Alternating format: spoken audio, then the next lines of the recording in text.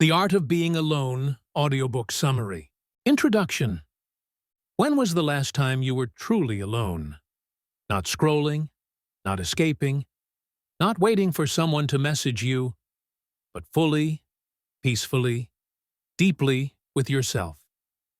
What if being alone is where your real strength is waiting? What if peace, confidence, healing, even happiness starts from the moment you stop running from yourself? Welcome to the Art of Being Alone, a journey not into isolation, but into liberation. So, take a breath. Put your phone on silent. Close your eyes if you'd like. This time is for you. We'll start with Chapter 1. Stop romanticizing loneliness. A raw and real look at how we often glorify sadness instead of growing through it. Let's walk through the storm and into the calm. Chapter 2. You're not too much. You're enough. Have you ever been told you're too emotional, too intense, too quiet, too loud, too clingy, too distant, too much of something, and somehow not enough of something else? If yes, you've been carrying a story that was never yours to hold. This chapter is here to help you put it down. The lie we believed from childhood to adulthood. We gather comments like invisible bruises. She talks too much. He's too sensitive. She overthinks everything. He needs too much attention. These phrases don't just sting. They shape how we see ourselves. We begin to believe that our natural traits are flaws. We start editing our personality, quieting ourselves, shrinking ourselves, hiding our needs. We become experts in dimming our light, just to be liked. But here's the truth Renuka wants us to reclaim. You were never too much.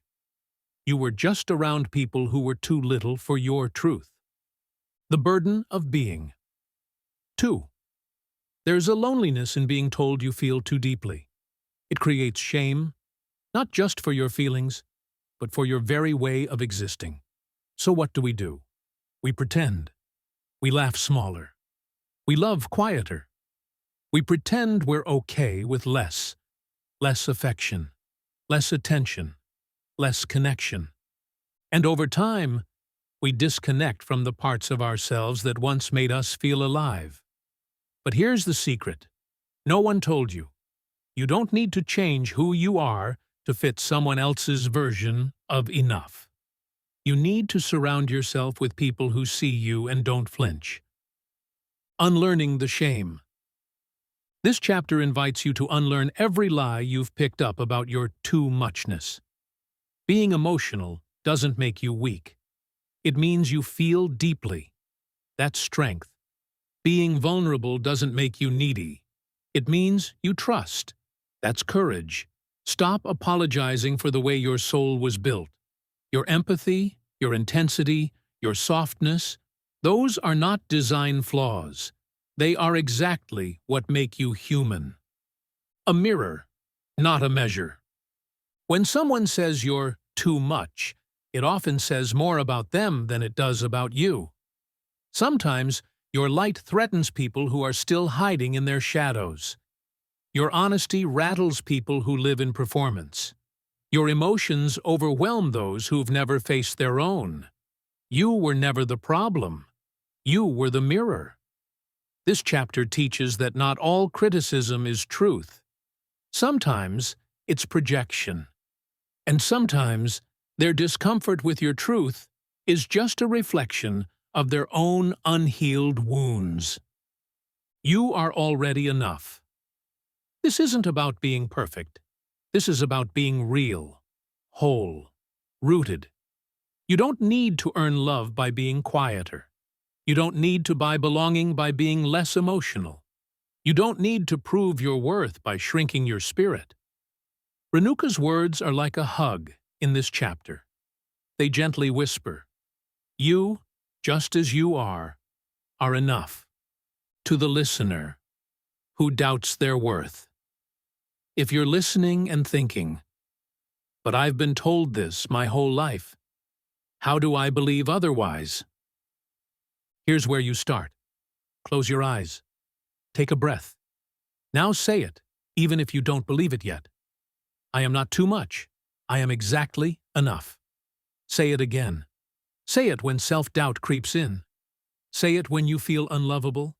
Say it when someone makes you feel like a burden. You are not a burden. You are a soul in motion.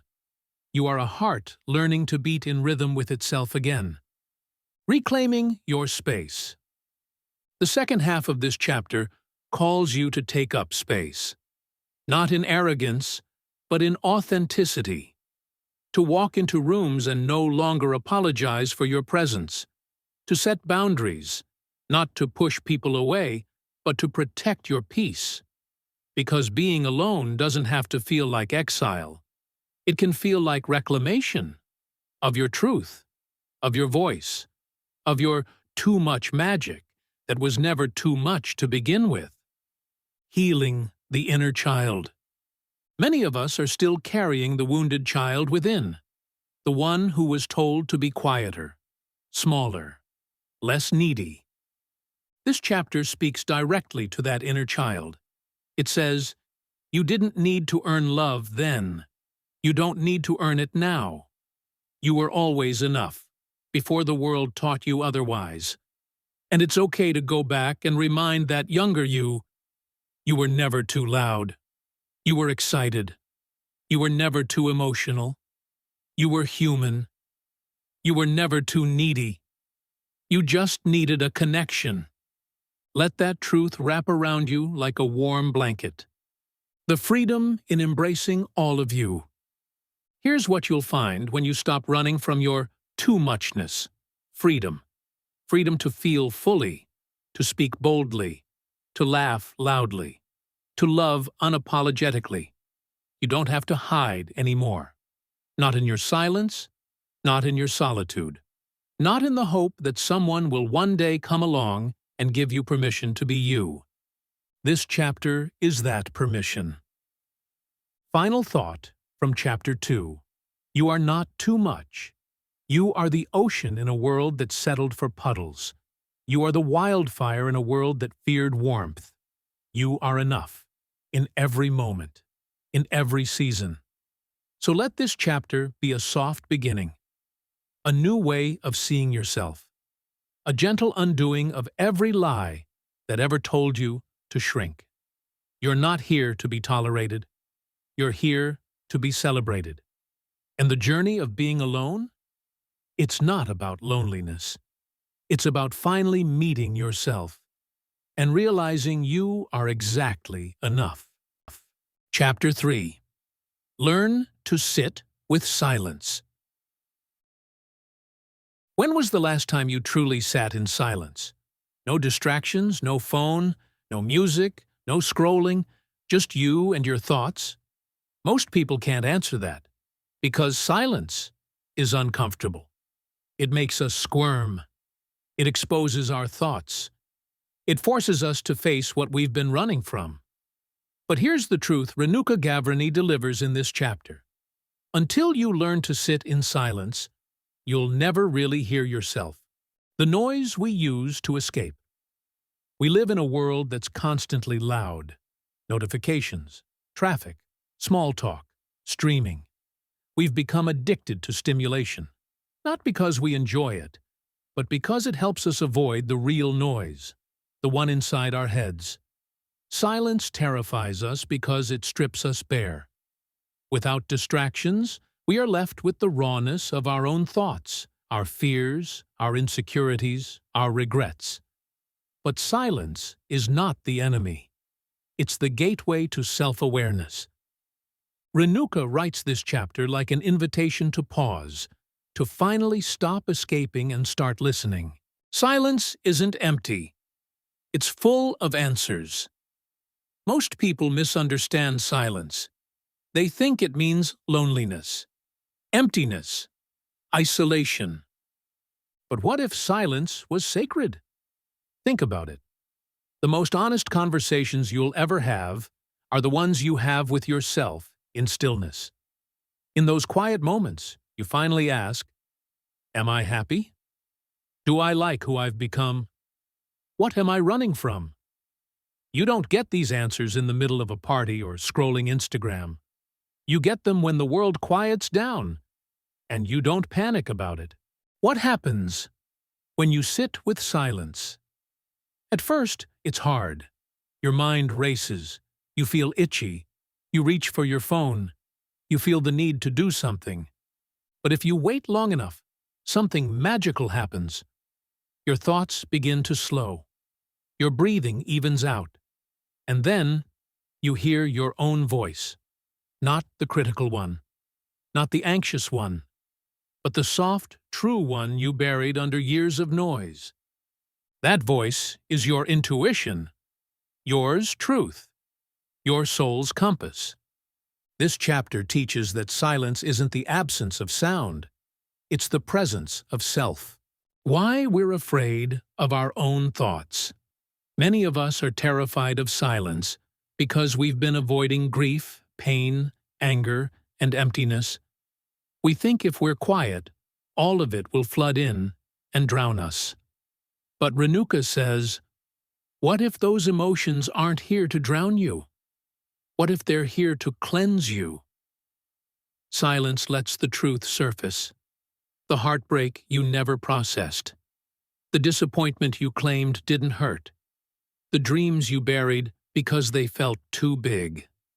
These emotions don't show up to destroy you. They show up to be acknowledged, felt, and finally released. The ritual of solitude. This chapter encourages creating a daily ritual of silence. Not hours of meditation, just 5 to 10 minutes a day to sit, breathe, and listen. Light a candle. Make a cup of tea. Sit by your window. No phone. No distractions. Just you. Let the silence wrap around you like a warm blanket, not a punishment. Make it your sanctuary, a place where you return to yourself. Renuka calls this coming home to your soul. In silence, you begin to heal. One of the most powerful moments in this chapter is when Renuka says, "You cannot heal in chaos, you heal in stillness." We often want quick solutions to emotional pain, a distraction, a rebound, a dopamine hit. But real healing happens when you give yourself the grace to feel it all. The sorrow, the anger, the longing, the regret. It's messy, it's uncomfortable, but it's real, and it's worth it. The difference between silence and emptiness. Silence is not loneliness. It's not emptiness. It's presence. Loneliness is when you crave someone else to fill your silence. But presence is when you fill it with awareness, peace, and inner clarity. The moment you stop seeing silence as the absence of company and start seeing it as the presence of self, your entire world begins to shift. You become more grounded, more intuitive, more in control of your inner weather. Transforming silence into power. Here's what silence gives you. Clarity. You hear what you really want, not what others expect of you. Confidence. You become less reactive, more intentional. Creativity. New ideas are born when the noise dies down. Peace. You stop needing constant validation. Renuka explains that when you master silence, you master your state of being. You stop being a puppet to outside noise and become the author of your inner peace. Your solitude is a superpower. This chapter ends with a powerful truth. Solitude isn't a curse. It's your superpower. When you learn to enjoy your own company, no one can take your peace away. No breakup, no loss, no rejection can shake your foundation, because your peace doesn't come from others. It comes from within. And the practice of sitting in silence is how you build that foundation. A challenge for you, the listener. Before we move on, Renuka offers a challenge. Spend 10 minutes alone, in silence, today. No music, no scrolling, no distractions, Just sit, breathe, notice. And when it feels uncomfortable, don't run. Stay, because that's where the healing begins. Final thought from Chapter 3. You can't run from yourself forever. Eventually, the noise dies down. And there you are, naked, honest, whole. Learn to sit in silence, not as punishment, but as prayer. Not as a void, but as a vessel. Silence will not break you, it will remake you. Chapter 4. Not everyone deserves access to you. Have you ever asked yourself, why do I keep letting people into my life who drain me? We don't always realize it, but we give parts of ourselves, our time, our energy, our trust, to people who haven't earned it. We overextend, overgive, and overstay in relationships that leave us empty. And then we wonder why we feel so alone, even when surrounded by others. This chapter is not just about boundaries, it's about protecting your peace. Renuka Gavrani doesn't hold back here. She gives you permission to stop being emotionally accessible to everyone. You are not a public park. Think about it like this. You are not a public park where anyone can wander in, leave their mess, and walk away. You are a sacred space. You are a garden. Not everyone deserves the keys. But so often, we confuse kindness with access. We think saying no is mean.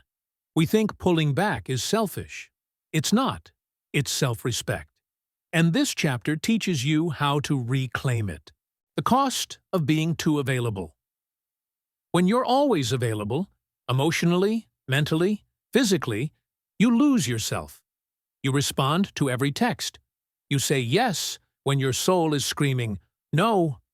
You listen to people vent, complain, and use you as an emotional dumpster. You become the caretaker, the fixer, the listener. But who listens to you? This chapter gently confronts the people-pleaser in you. Renuka reminds us that you can't pour from an empty cup. And if you never say no, your yes loses meaning. Your energy is currency. Spend it wisely.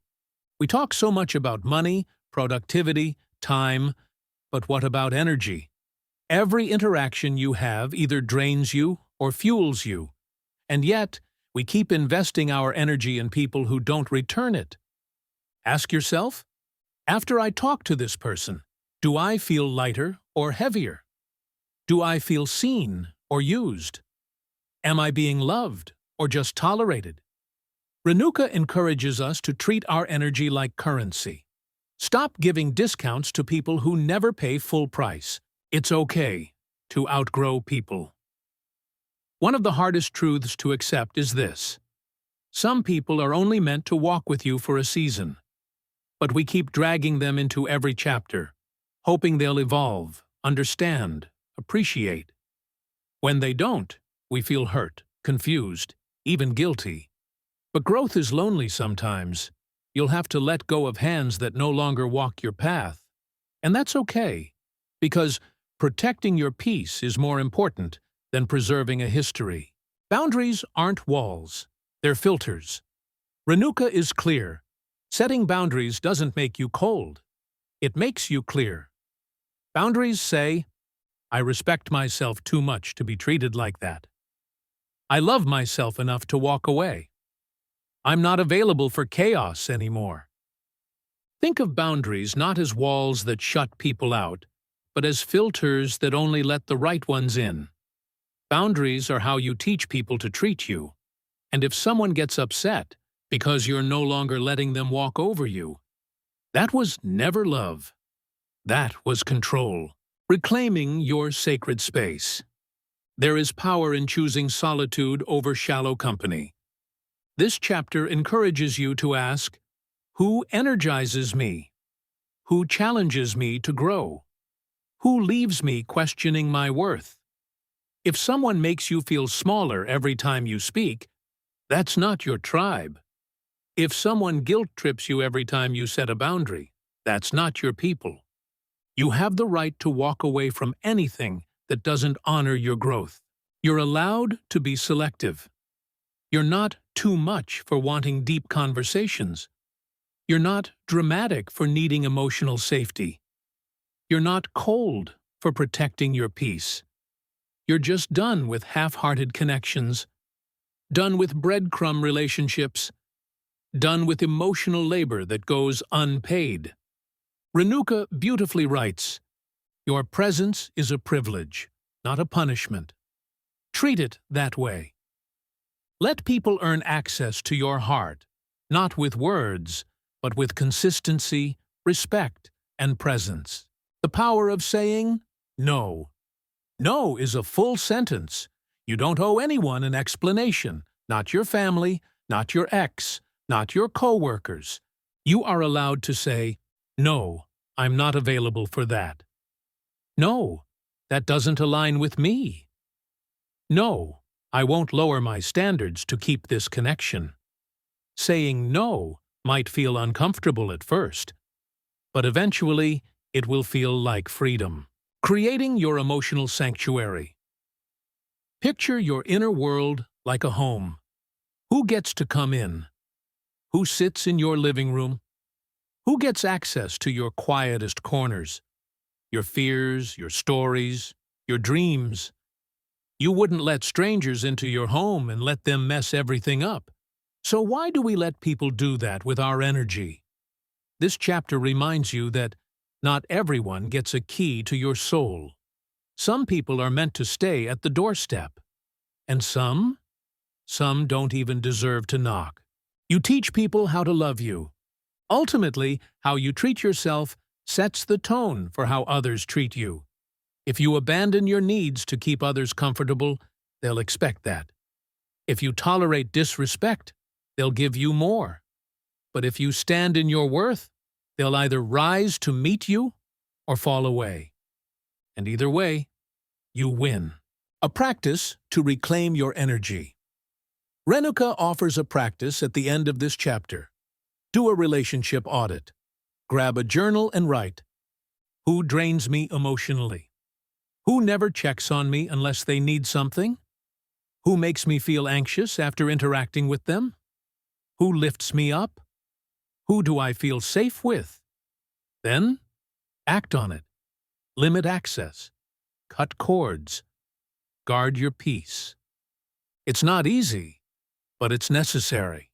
Final thought from Chapter 4. You are not here to be everyone's emotional landfill. You are not here to be liked by everyone. You are not here to overextend until you collapse. You are here to honor your soul, to protect your light, to give from overflow, not depletion. Not everyone deserves access to you. And that's not cruelty. That's clarity. Chapter 5. Learn to soothe yourself. What do you do when the world goes quiet and you're left alone with your thoughts? Do you reach for your phone? Text someone? Scroll endlessly? Or do you sit with your feelings, without distraction, without running? This chapter teaches you something vital. How to self-soothe. Not through someone else, not through avoidance, but through you, your breath, your presence, your compassion. Renuka Gavrani says it with love and honesty. One of the most beautiful things you can do for yourself is to become your own safe place. Stop waiting for someone to fix you. It's a hard truth, but a liberating one. No one is coming to save you. No magical partner. No perfect friend. No external validation will give you the kind of calm you crave when your chest tightens and the world feels too heavy. You must become your own anchor. This doesn't mean isolating yourself. It means becoming so in tune with your emotions that you stop needing someone else to regulate them for you. When you're triggered, pause. Don't react. We've all been there. A message leaves you spinning. Someone says something that hits a nerve. Suddenly, your body reacts before your brain does. You lash out. Withdraw. Cry. or spiral into overthinking. This chapter teaches you the pause is powerful. When you learn to self-soothe, you stop reacting impulsively and start responding consciously. Renuka suggests, place your hand on your heart. Breathe deeply. Ask yourself, what am I really feeling right now? Don't run. Don't be numb. Just feel. That moment of self-holding, that's where the healing begins. Become your own soft place to land. We all long for someone to hold us when we're falling apart. But imagine if you could become that person for yourself. Imagine whispering, "It's okay to feel this. You're not broken. I've got you. We'll get through this." Self-soothing is like reparenting yourself. It's giving your inner child the safety they never had. It's showing up for yourself when it's the hardest to do so. This isn't about pretending everything's fine. It's about being gentle with yourself even when it's not. Learn your emotional language. Most of us were never taught how to feel. We say we're fine when we're actually anxious. We say we're tired when we're actually depressed. We say we're annoyed when we're actually hurt. Self-soothing begins with self-awareness. Renuka invites us to explore, what am I feeling right now? Where do I feel it in my body? When was the first time I felt this way? What does this feel need from me? When you name your emotion, you take away its power to silently control you. Soothe without scrolling. It's tempting, isn't it? To lose yourself in the scroll, to binge-watch something, to distract, avoid, numb. But you can't heal what you won't feel. This chapter challenges you to replace distraction with compassion. Instead of checking out, check in. Try journaling when you're overwhelmed, putting your hand on your chest and breathing deeply, listening to calming music with your eyes closed, taking a walk in nature without your phone, speaking out loud, "I am safe. I am okay." It might feel awkward at first, but it gets easier. And eventually, these moments become rituals of peace. Talk to yourself like someone you love. Self-talk is powerful. You can either speak to yourself with criticism or comfort. Most of us default to the harsh inner voice. "You're so stupid. Why did you do that? No one cares. Get over it." But what if you spoke like this instead? You made a mistake, and it's okay. You're trying, and that's enough. I know this is hard. I love you anyway. Renuka gently reminds, you've survived every worst day of your life so far. Give yourself credit. Be proud of your resilience. You are not fragile. You are fierce, and you deserve a voice that reflects that truth, even if it's your own. Self-soothing is a skill, not a trait. Some people think, I'm just not emotionally strong like that. But strength isn't something you're born with. It's built. This chapter empowers you with tools to practice self-soothing like a ritual. It can become your emotional first aid kit. Here's what Renuka recommends adding to yours. A grounding mantra. I am here. I am safe. I am enough. A favorite playlist. One that brings you calm, not chaos. A journal. For emotional dumping when your heart feels heavy. A comfort item. A blanket. A scent. A crystal. A piece of nature. Movement. Dancing, walking, stretching. Let your body speak. These tools don't replace therapy or connection, but they bring you home to yourself when no one else can. You deserve to be held. By you. We all crave that person who will hold us when we cry. Who will say, I understand, without judgment. But what if that person is you? What if you are your own healer, your own lover, your own safe haven? This isn't about giving up on people. It's about no longer abandoning yourself. It's about looking into the mirror through tear-stained eyes and saying, I choose you, again and again. Final words from Chapter 5. This chapter leaves you with a question to carry in your heart. How can I show up for myself right now? Not in a week. Not when someone apologizes. Not when you feel better. But now, in this messy, vulnerable, tender moment, how can you soothe the ache within? The answer doesn't have to be big. It just has to be yours. Because at the end of the day, the most sacred relationship you'll ever have is the one you build with yourself. Chapter 6. Stop romanticizing loneliness. Have you ever felt like loneliness is something beautiful, almost poetic? It's easy to imagine it that way, right?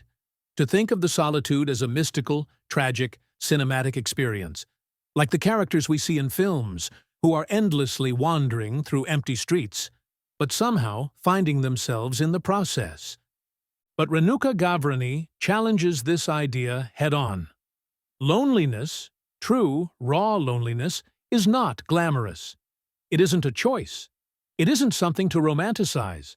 It's a pain, a void, an ache.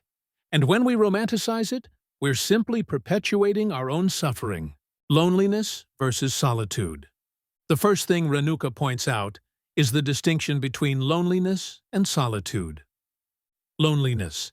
You feel unwanted, isolated, like no one understands you. Solitude. You choose to be alone, finding peace in your own company, recharging and reflecting. While solitude can be enriching, loneliness is a heavy burden that weighs on the heart. And yet, our society often makes the mistake of romanticizing loneliness as if it's a journey that will lead to enlightenment. It's not. Loneliness, left unaddressed, can lead to depression, anxiety, and burnout. It's not about finding yourself in it. It's about breaking free from its grasp. The problem with finding yourself in loneliness. How many times have we heard someone say, "You need to be alone to find yourself"? It sounds profound, doesn't it? But in truth, it's a bit misleading. Here's the reality. Finding yourself isn't about retreating into loneliness. It's about confronting your emotions, fears, and desires, often in connection with others, not by isolating yourself.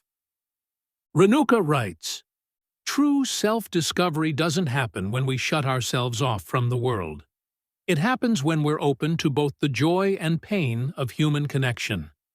You can find yourself in love, in friendship, in community, in the messy, imperfect, vibrant, lived experience. Stop idealizing the solo life." Another important point Renuka makes is how our culture tends to idealize the life of the solitary individual. Think about it.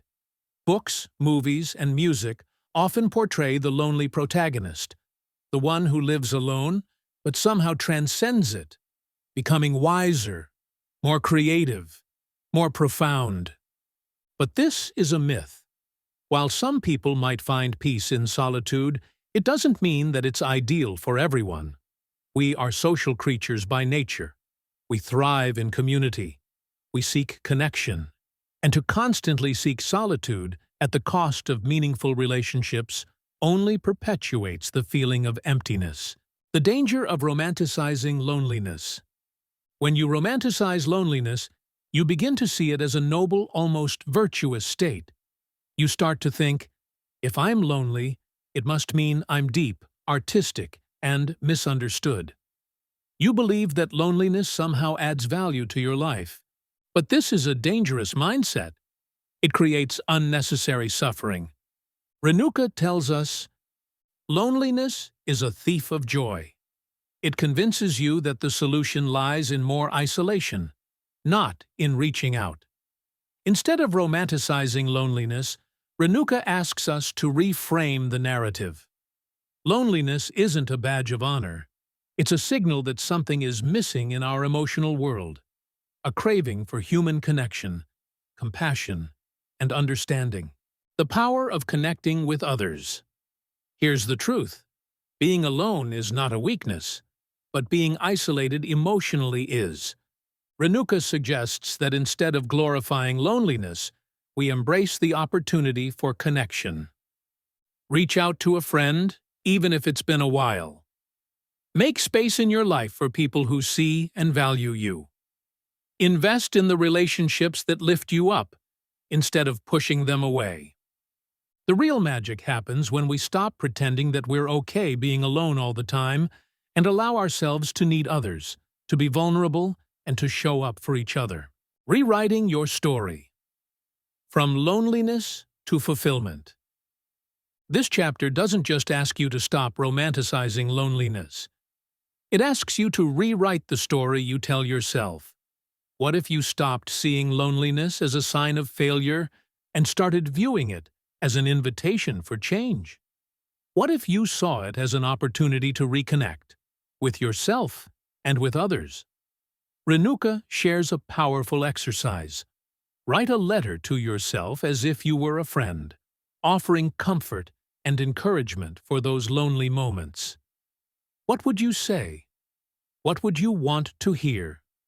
In this letter, give yourself permission to need people and to seek out connection without guilt or shame. This exercise helps you create a new relationship with loneliness, not as something to be romanticized, but as something to be understood and healed. Moving from loneliness to belonging loneliness tells you that you don't belong, that you're an outsider, that no one truly understands you. But belonging is not about fitting in or being liked by everyone.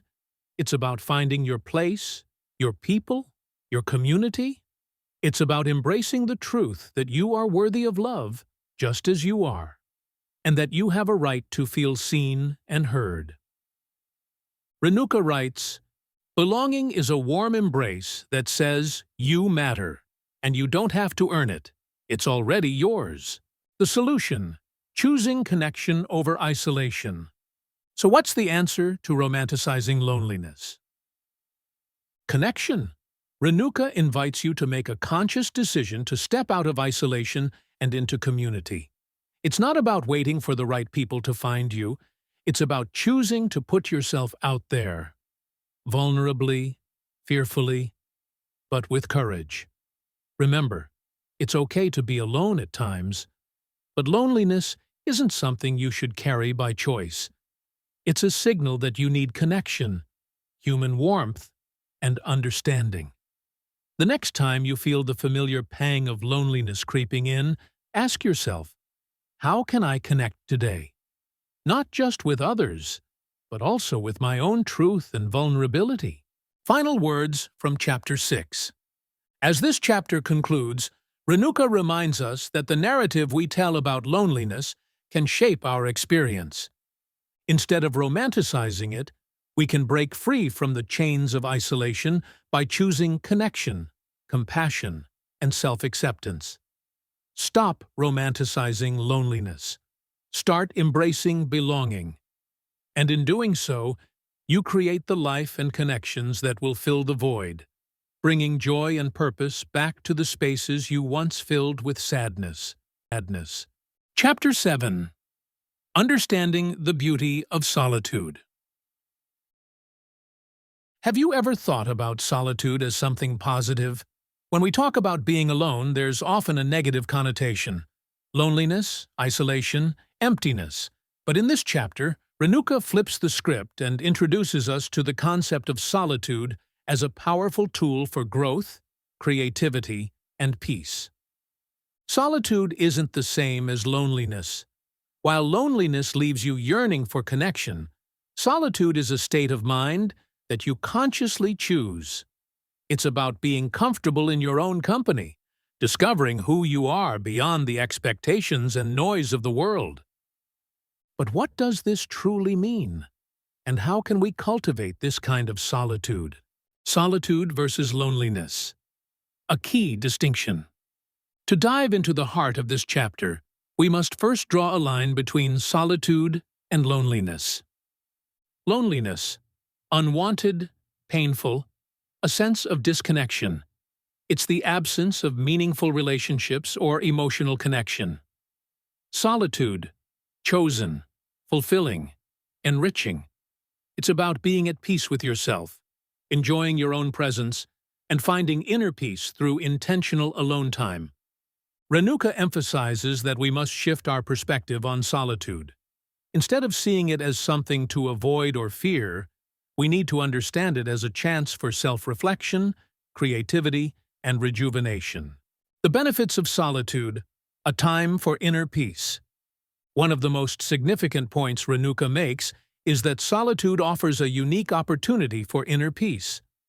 In today's fast-paced world, where we are constantly surrounded by people, notifications, and distractions, solitude can be a form of sanctuary. Inner peace isn't something we can find in external circumstances. It's something we create within. Solitude allows us to silence the noise, turn off the constant stream of external inputs, and connect with our deeper self. This peace isn't just about quiet. It's about finding a sense of calm within yourself, no matter what's happening around you.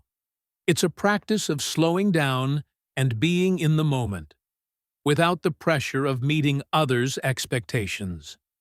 Renuka encourages us to use our moments of solitude to simply be, not to fill them with busy work or distractions. It's about feeling and being present, not rushing through the moment. Solitude as a path to creativity. Another powerful aspect of solitude is its ability to unlock creativity. How often do we find ourselves struggling to come up with fresh ideas, only to be overwhelmed by external pressures and distractions? In solitude, however, there is space for the mind to roam free. Renuka explains that when we are alone, we can connect with our creative self without interference. Solitude provides the perfect environment for ideas to flow, whether it's through writing, drawing, music, or even thinking through a problem. Think about it. The greatest artists, musicians, writers, and innovators in history often spent long periods of time in solitude, away from the world's noise. They created in these moments, not because they were avoiding people, but because they were fully immersed in their own thoughts, passions, and inspirations. Solitude is a time for reflection. It's when we step away from the world to hear what our own soul has to say. Solitude is not self-isolation. Here's an important idea that Renuka addresses. Solitude is not the same as self-imposed isolation.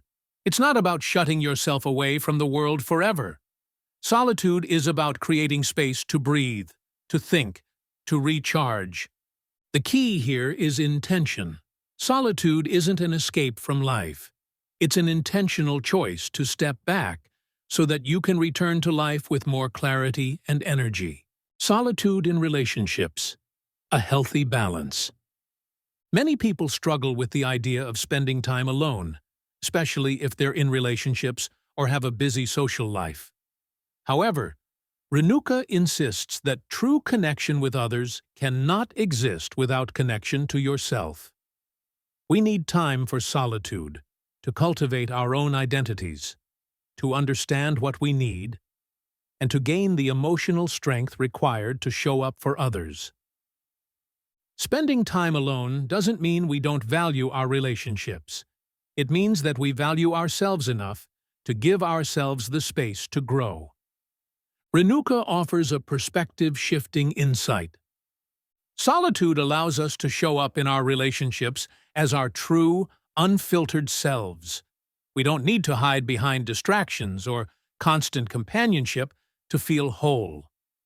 The healthiest relationships are the ones where both individuals are secure in their own sense of self and are able to bring their best versions of themselves to the table. Solitude helps us reach that point. Healing through solitude. Another powerful lesson Renuka shares is the idea of healing through solitude. We all carry emotional wounds, grief, disappointment, heartbreak. Solitude offers the opportunity to face these wounds without the distraction of others' needs or expectations. The time alone allows us to sit with our emotions, reflect, and process pain. It's in solitude that we can ask ourselves tough questions, confront the truths we've been avoiding, and allow the healing process to begin. Renuka writes, "Healing is not about rushing through the pain. It's about sitting with it, feeling it, and letting it pass. Solitude gives you the space to do that." Without solitude, we often find ourselves stuck in cycles of avoidance or denial. But when we embrace the quiet, we give ourselves the space to heal. Solitude, a journey of self-discovery. Renuka asks a thought-provoking question. What would it feel like to truly know yourself? Most of us spend so much of our lives seeking external validation, approval, and connection that we forget to check in with ourselves. Solitude offers us the opportunity to rediscover who we are at our core. In solitude, we can ask, what do I really want? What are my true passions? What makes me happy?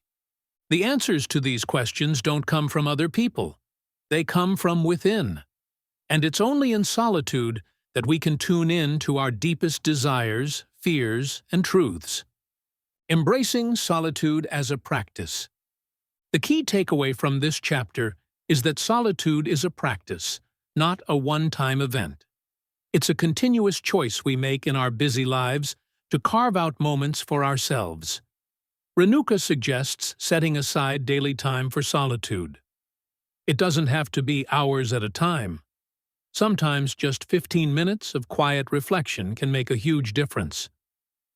Use that time to journal, meditate, take a walk, or simply sit in silence. Over time, this practice builds a relationship with yourself, making solitude less intimidating and more nourishing. Final thoughts. Solitude as a tool for growth. Renuka's final message in this chapter is clear. Solitude is not to be feared, but embraced. It's not a punishment or something we do only when we're forced into it. It's a choice that allows us to connect with our truest selves, to grow, heal, and find peace. If you find yourself afraid of being alone, try reframing it. Instead of seeing it as a curse, view it as a blessing, a chance for introspection, creativity, and personal growth. Chapter 8. The Power of Self-Compassion. Have you ever been hard on yourself after a mistake? The inner critic, constantly pointing out flaws and shortcomings, can be loud and overwhelming. We often don't extend the same compassion to ourselves that we do to others, especially when we're alone. But what if, instead of criticism, we treated ourselves with kindness and understanding? This chapter explores the transformative power of self-compassion, showing us how it can turn our loneliness into an opportunity for growth. Understanding self-compassion. Self-compassion isn't just about being nice to yourself when you're feeling down. It's about being kind to yourself in all moments, especially during your struggles. Renuka defines self-compassion as the practice of treating yourself with the same care, kindness, and understanding that you would offer a good friend when they are suffering. Most of us are quick to show compassion to others when they make mistakes or face challenges. But when it comes to ourselves, we often fall into the trap of self-judgment and harsh criticism. Why do we treat ourselves differently? Why is it so hard to extend the same kindness to ourselves? Renuka explains that we've been conditioned to see self-compassion as weakness or indulgence, but in reality, it's a powerful tool for building resilience and emotional strength. The link between self-compassion and solitude. This chapter builds on the previous one about solitude, showing how solitude can be an ideal space for practicing self-compassion. When we're alone, we have the opportunity to turn inward and evaluate how we treat ourselves. Are we kind and understanding when things go wrong? Do we beat ourselves up for every small mistake? In solitude, we can practice self-compassion by simply being present with our emotions and offering ourselves kindness. Instead of running away from our feelings or trying to distract ourselves, we can acknowledge them, accept them, and treat ourselves with care.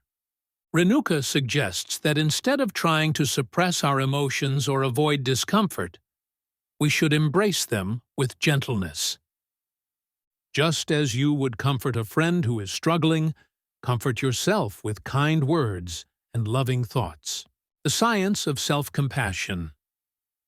You might be wondering, does this really work? Is there evidence to suggest that self-compassion has actual benefits? Renuka brings in research that shows how self-compassion can improve mental health, boost resilience, and reduce anxiety.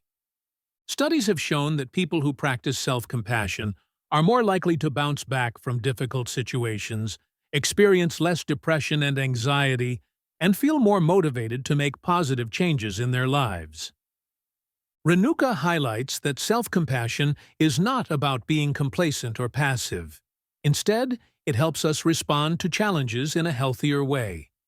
When we treat ourselves with kindness, we are more likely to be proactive and productive rather than getting stuck in a cycle of self-criticism and shame. The inner critic. Understanding its role. In this section, Renuka dives deep into the concept of the inner critic, the voice inside our heads that tells us we're not good enough, that we're failures, or that we'll never succeed. Why do we have this inner critic? How can we quiet it? The inner critic is a survival mechanism, a part of us that tries to protect us from failure or disappointment. However, it often becomes overactive and counterproductive. It's important to recognize that this voice doesn't reflect reality. It's simply a pattern of negative thinking that we've learned over time. Renuka suggests that instead of trying to eliminate the inner critic, we can challenge its messages. When it tells you that you're not good enough, ask yourself, is this true? Would I say this to a friend? What would I say to myself if I were being kind and understanding? By practicing self-compassion, we can learn to silence the inner critic, or at least turn down its volume. The more we practice kindness toward ourselves, the less power the inner critic holds. Self-compassion in action. Practical exercises.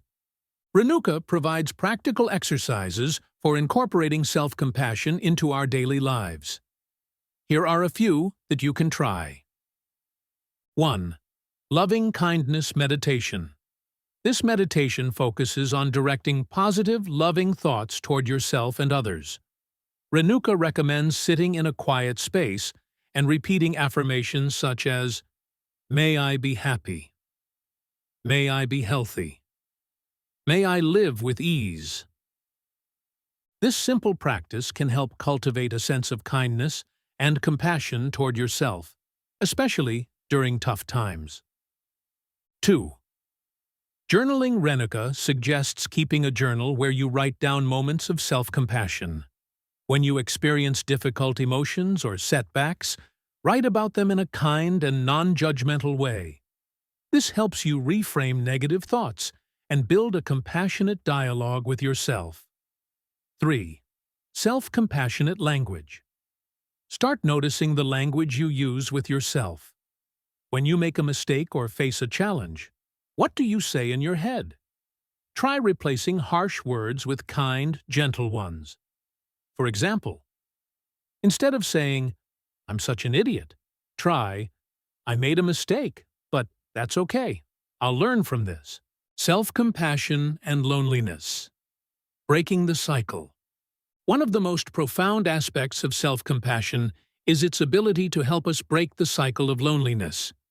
Often when we feel alone, we criticize ourselves for not being good enough to have meaningful relationships or connections. Self-compassion can help us see that we are worthy of love and connection, even when we're by ourselves.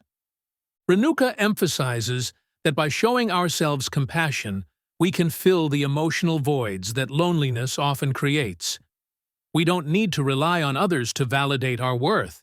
We can validate ourselves. Loneliness doesn't define you. It's simply a feeling. And with self-compassion, you can learn to navigate it with grace and understanding. Self-compassion and growth.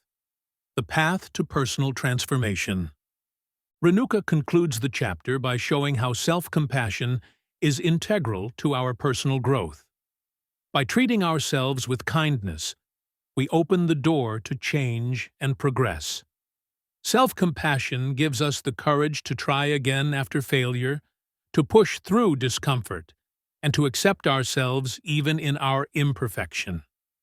Ultimately, self-compassion doesn't just make us feel better in the moment. It empowers us to live a fuller, more meaningful life. It helps us cultivate resilience, build stronger relationships, and approach challenges with a sense of hope and optimism. Final thoughts. The power of being kind to yourself. The chapter wraps up with a powerful reminder. You are your own best ally. When you learn to treat yourself with compassion, you transform your entire relationship with yourself. Renuka's message is clear. Stop waiting for others to be kind to you. Start with yourself. When you embrace self-compassion, you can create a life that's not only filled with love and connection, but also with a deep sense of peace and acceptance. Chapter 9. Embracing your imperfections.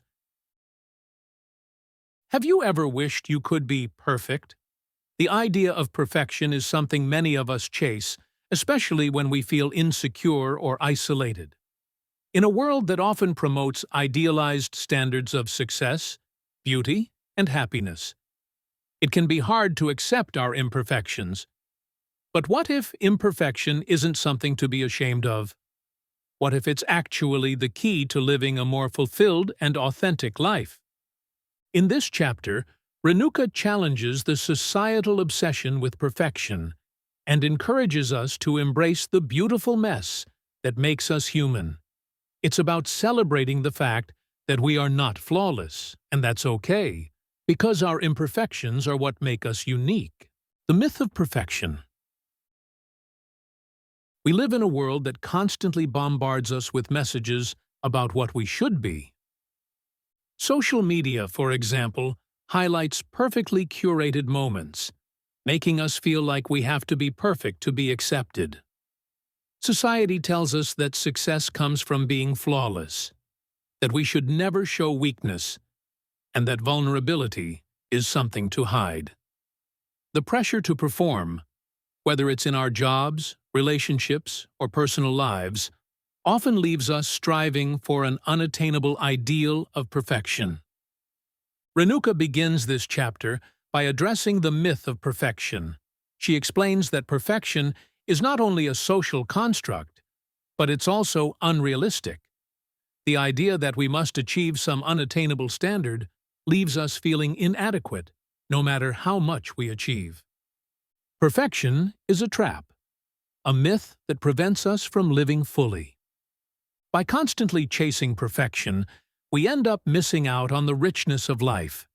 We become so focused on fixing our flaws that we forget to appreciate our strengths. We may even get caught in a cycle of self-criticism and shame, leading to feelings of loneliness and disconnection. Why we strive for perfection. But why do we feel the need to be perfect in the first place? Renuka explores the deeper reasons why we constantly strive for an idealized version of ourselves. She delves into the fear of judgment and the desire for approval that many of us carry from childhood. We may have been raised in environments where love and acceptance were conditional on our achievements. Society reinforces these ideas by linking worthiness to success, beauty, and social status. The fear of rejection or criticism can push us to create a perfect facade in order to fit in. However, this pursuit of perfection often leads to exhaustion and disappointment because perfection is impossible to attain. The more we try to be perfect, the further we drift from being our true, authentic selves. The power of imperfection. In the second half of the chapter, Renuka introduces the idea that our imperfections are not something to hide. They are part of what makes us human. She encourages us to embrace our flaws and celebrate our uniqueness. Vulnerability, she explains, is not a weakness. It's a strength. When we embrace vulnerability, we allow ourselves to be authentic, and authenticity is where true connection with others happens. Our imperfections allow us to connect with people in real, meaningful ways. When we show our flaws, others feel comfortable showing theirs, too. This creates deeper bonds based on mutual understanding and acceptance.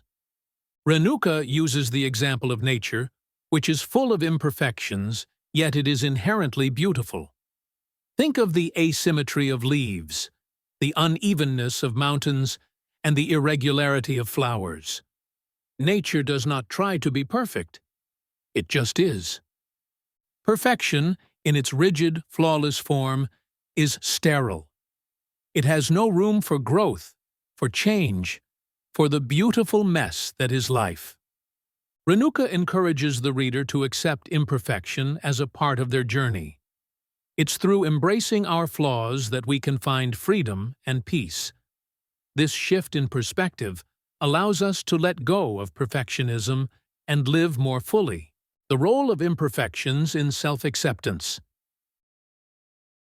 Self-acceptance is a major theme in this chapter.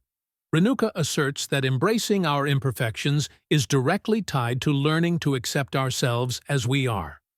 Instead of constantly striving to be something we are not, we can accept that we are enough, just as we are.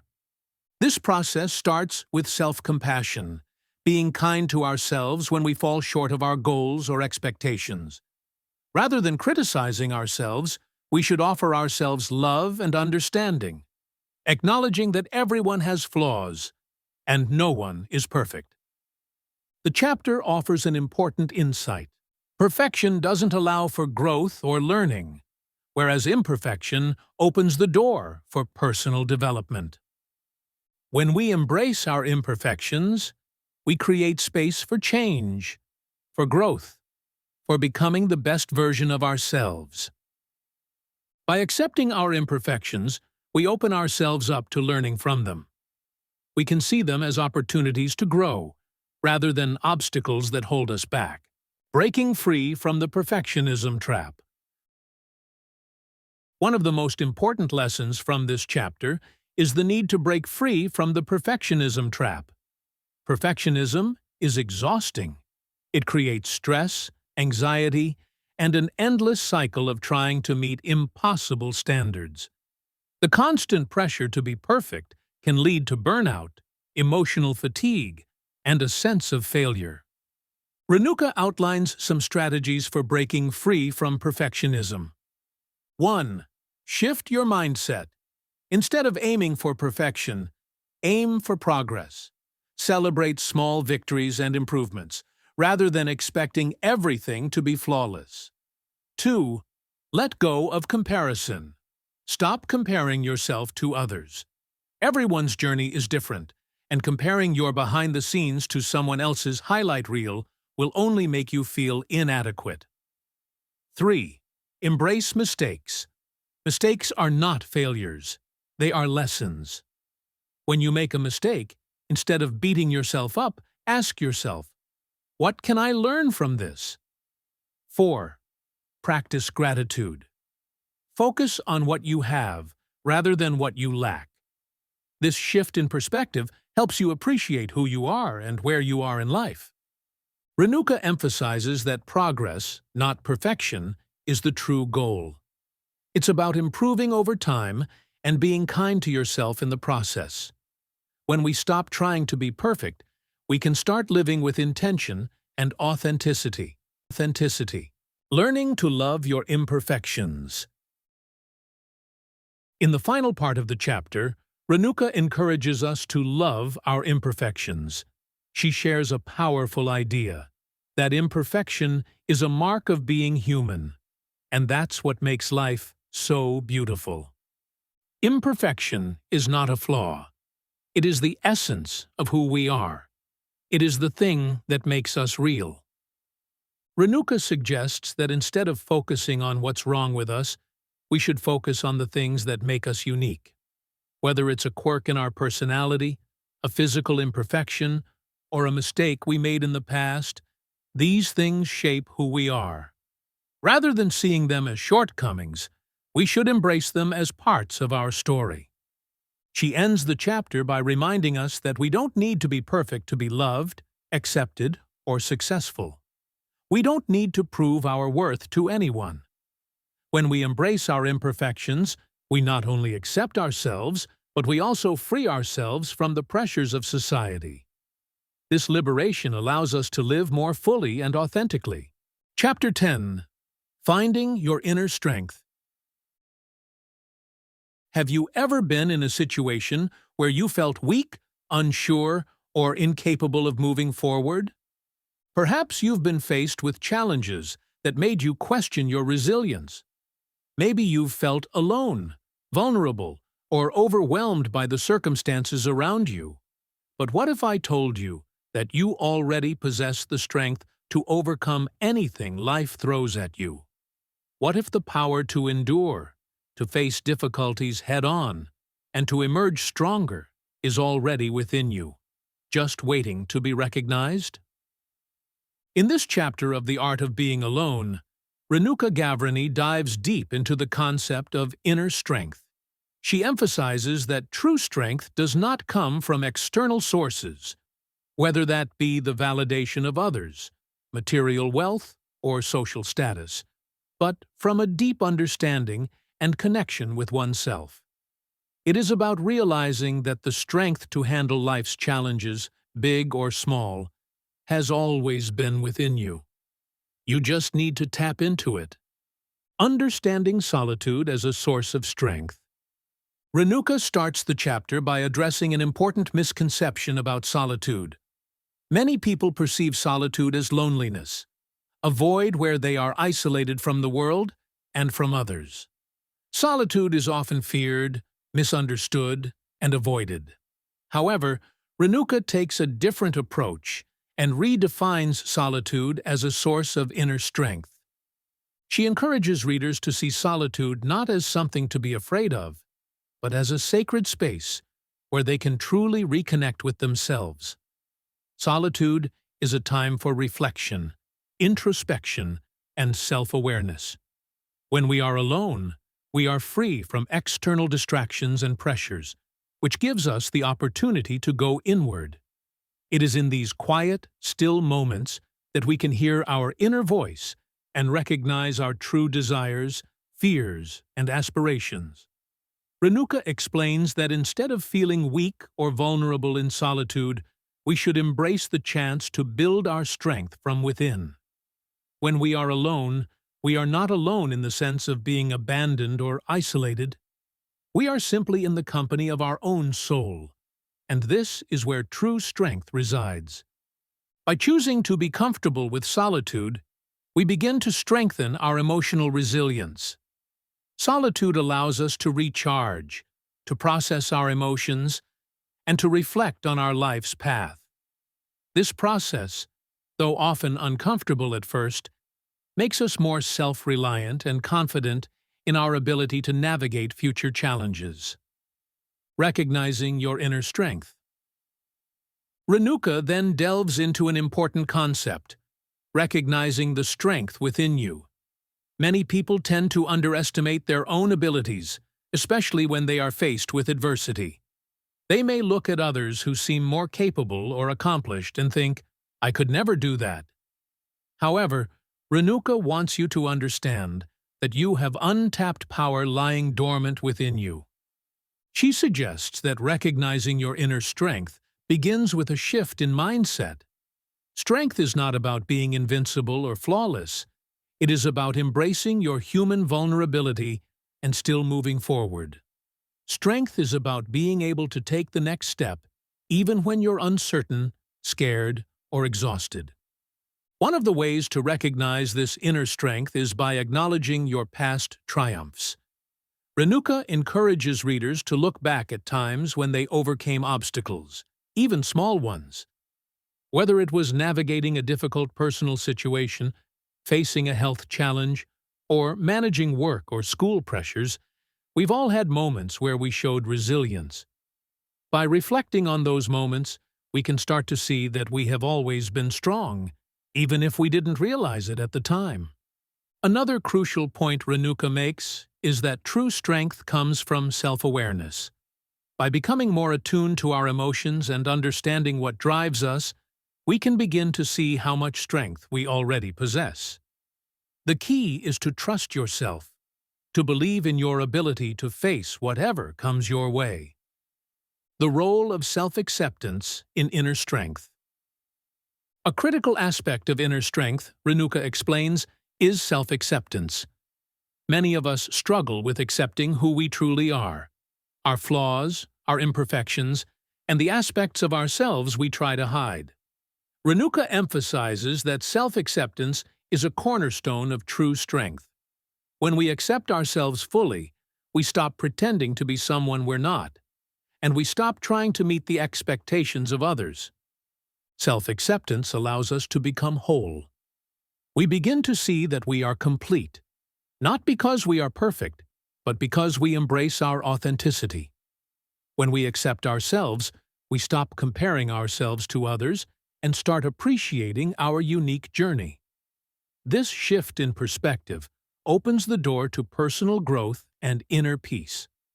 Renuka shares that self-acceptance does not mean resigning to mediocrity or giving up on personal growth.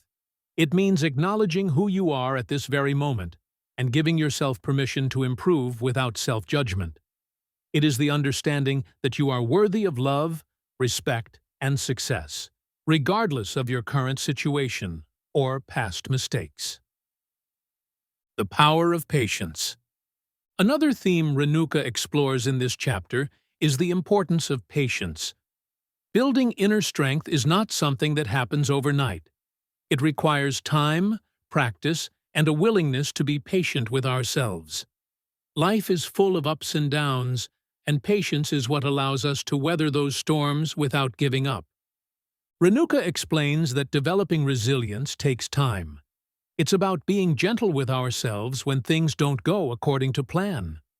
Instead of expecting instant results, we need to embrace the journey, with all its challenges, uncertainties, and delays. This process, though slow, builds a depth of strength that can withstand any trial. When we are patient, we learn to trust the unfolding of our lives. We stop rushing and trying to control every outcome. Instead, we give ourselves permission to grow at our own pace, knowing that every setback is just a stepping stone toward becoming stronger. Patience is not passive. It's an active form of resilience. Strength through vulnerability. Perhaps the most surprising concept Renuka introduces in this chapter is the idea that vulnerability is a form of strength. For many people, vulnerability is seen as weakness, a flaw to be hidden at all costs. However, Renuka suggests that true strength comes from embracing our vulnerabilities. When we allow ourselves to be vulnerable, we stop pretending to be invincible. We become authentic, and this authenticity is what draws people to us. Vulnerability is not about exposing ourselves to harm, but about being open, honest, and real with ourselves and others. It's about acknowledging our fears, our pain, and our uncertainties without shame. Renuka points out that being vulnerable doesn't make us weak. It makes us human. It takes incredible courage to be vulnerable because it requires letting go of the illusion of perfection. But in doing so, we open ourselves up to deeper connections, greater healing, and more profound strength. Resilience and the ability to overcome loneliness. The chapter concludes by tying inner strength to the ability to overcome loneliness. Many people see loneliness as an insurmountable obstacle.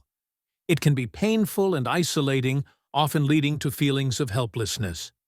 However, Renuka argues that loneliness can actually be an opportunity to discover our own inner strength. Instead of fearing loneliness or seeing it as a weakness, Renuka encourages readers to see it as a chance to grow. When we are alone, we are not necessarily alone in the sense of being abandoned. We are simply in the presence of ourselves. In this solitude, we have the opportunity to truly reconnect with our own essence. Inner strength allows us to face loneliness with courage and grace. It helps us understand that we do not need to depend on others for our sense of self-worth. We are already whole and complete, just as we are. In fact, it is through learning to be comfortable with our own company that we become even stronger. Chapter 11. The Art of Self-Compassion. Have you ever been too hard on yourself? When life gets difficult, or when you make a mistake, do you find yourself consumed by guilt or self-criticism? Do you wonder if you will ever be able to forgive yourself? What if the secret to navigating your hardships lies not in pushing yourself harder, but in showing yourself a little compassion? In this chapter, Renuka Gavrani explores the profound idea of self-compassion, the practice of treating yourself with the same kindness and understanding that you would offer to a dear friend. We are often our own harshest critics, and yet, self-compassion is a powerful antidote to feelings of inadequacy and self-doubt. It's a tool that can help us rise above challenges, heal from pain, and live a more fulfilled life. The importance of being kind to yourself. Renuka begins by explaining that being kind to yourself is not a luxury, but a necessity for personal growth and healing. Many of us are conditioned to believe that self-criticism drives us to improve. But in reality, being overly harsh on ourselves only leads to feelings of shame, frustration, and burnout. Renuka encourages readers to think about how they would treat a friend in times of distress. When a friend is struggling, we typically respond with empathy, patience, and encouragement.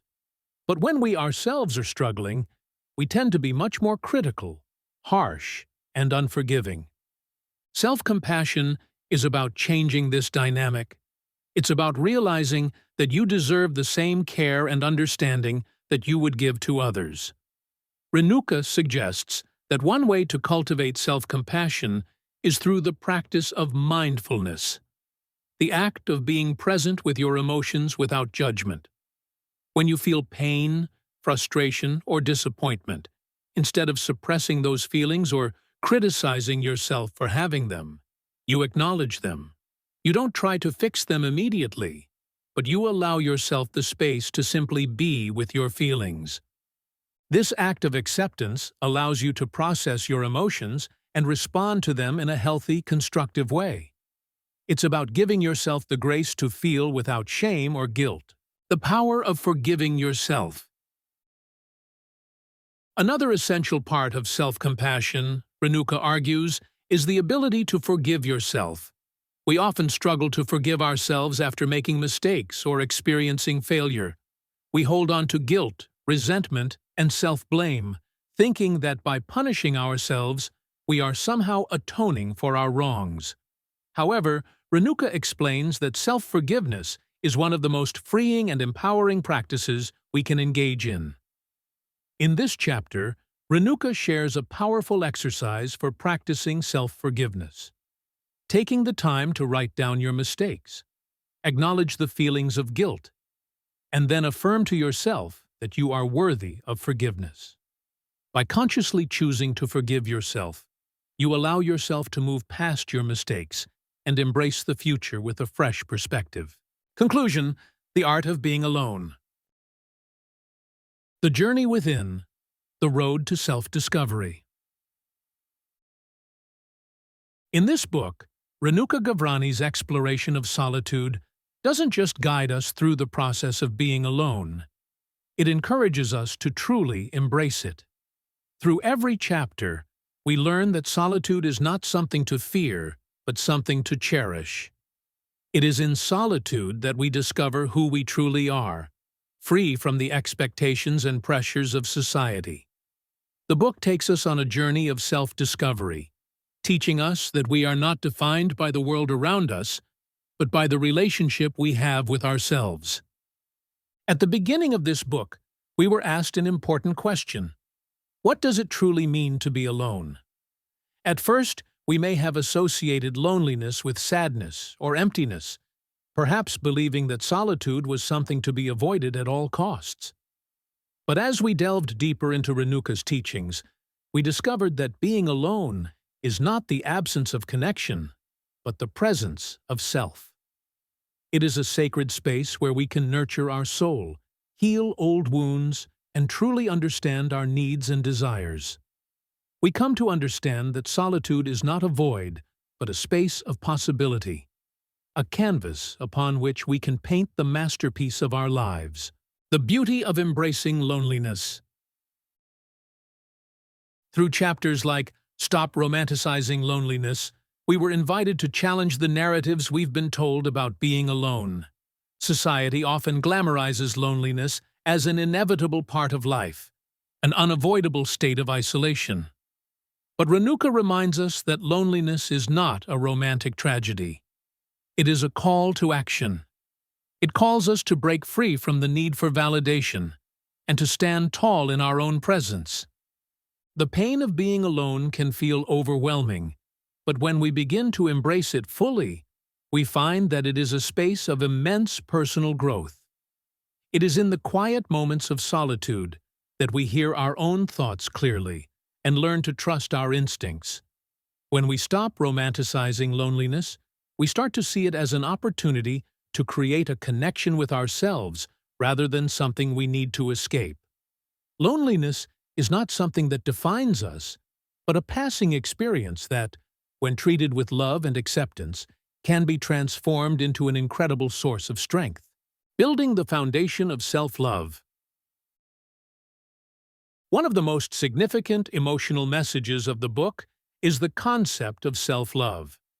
Renuka doesn't just encourage us to love ourselves in a superficial way, but to develop a deep, unconditional love for who we are, imperfections and all.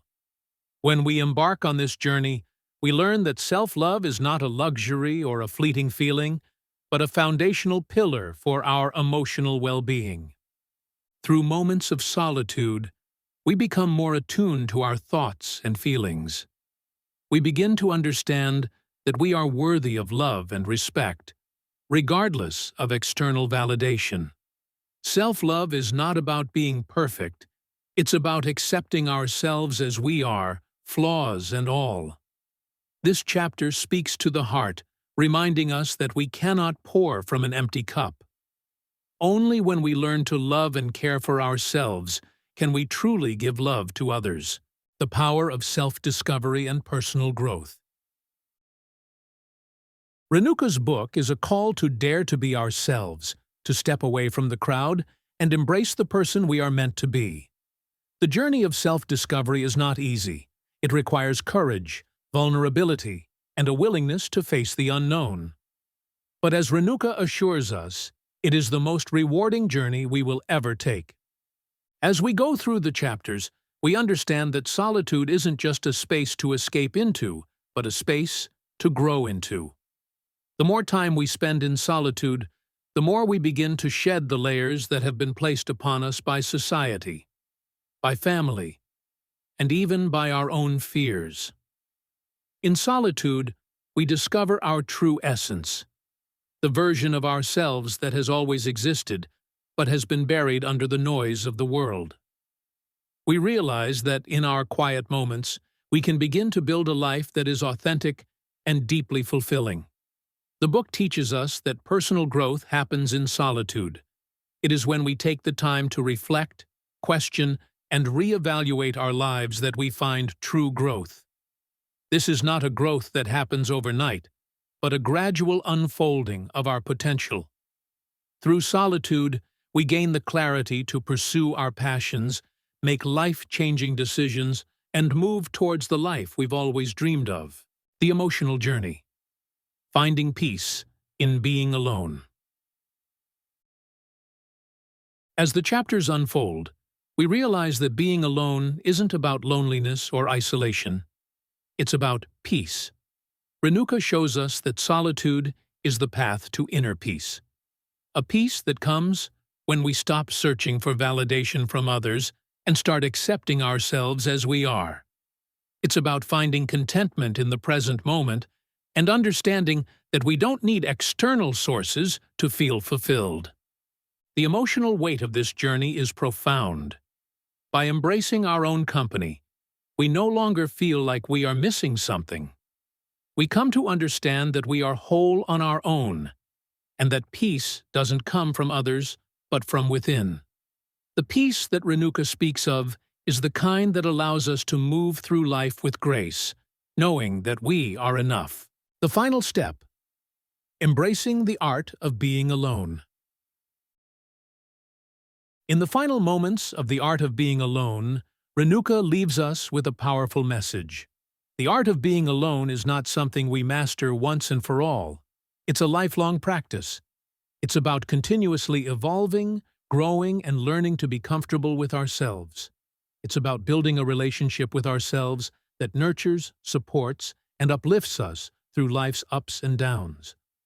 Ultimately, the art of being alone is not about isolation. It's about finding connection.